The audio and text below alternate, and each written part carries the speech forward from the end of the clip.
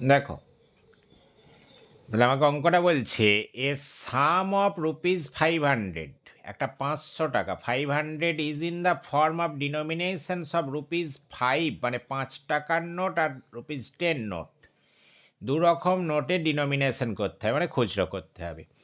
কিন্তু if the total number of notes 90টা, 90টা নোট, 90 পিস টাকা পাবো, তাহলে find the number of notes of each time, মানে তোমাকে 5 রুপি নোট কটা আর 10 রুপি নোট হাউ মেনি, এটা তোমাকে বার করতে হবে।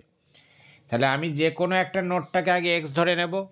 তাহলে let the ₹5 notes equal to x numbers, আর তাহলে নিশ্চয়ই ₹10 নোটস কটা হবে না, টোটাল নোট হচ্ছে 90, তার মধ্যে এক্সটা যদি ₹5-এর নোট হয়, বাকিগুলো তাহলে হচ্ছে ₹10-এর নোট, তাহলে 90 মাইনাস এক্স নাম্বারস।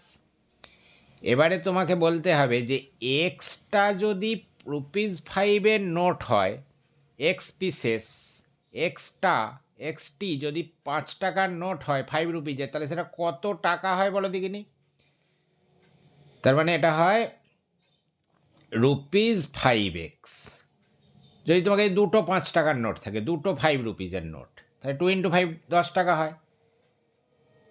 আর 90 minus x pieces 10 rupees note, এটা তাহলে কতগুলো হবে, কত টাকা হবে রুপিজ, এটা ইন্টু এটা 10 × 90 মাইনাস এক্স, এই রুপিজ, এই দুটো রুপিজের টোটাল রুপিজ আমার কত 500, তাহলে ওটাই হচ্ছে কন্ডিশন, এটাই ইকুয়েশন তৈরি হবে। 5x প্লাস 10 × 90 মাইনাস এক্স, এই দুটো সাম করে দিয়ে ইকুয়াল টুই হচ্ছে ₹500। ব্যাস, এটাকে এবারে সলভ করব।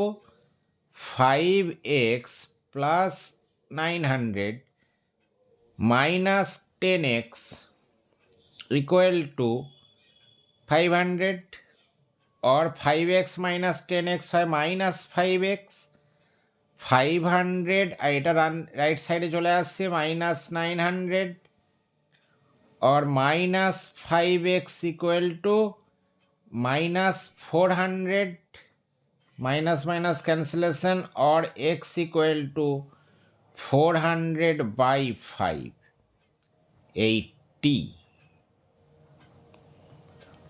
তার মানে আমি অ্যান্সার পেয়ে গেলাম যে ₹5-এর নোট আছে 80 pieces, therefore ₹5 notes equal to 80 pieces and ₹10 notes equal to 90 minus x, তো 90 minus 80, 10 pieces। এবারে তুমি অ্যান্সার চেক করে নাও যে 80 পিস যদি আমার 5 রুপিজের নোট থাকে, তার মানে সেটা হয় 400 রুপিজ, 80 × 5, আর 10 পিস যদি 10 টাকার নোট থাকে, তার মানে 10 × 10 100, দেখে নাও টোটাল 500, তার মানে আমার অ্যান্সার মিলে গেল, তার মানে আমার রাইট অ্যান্সার।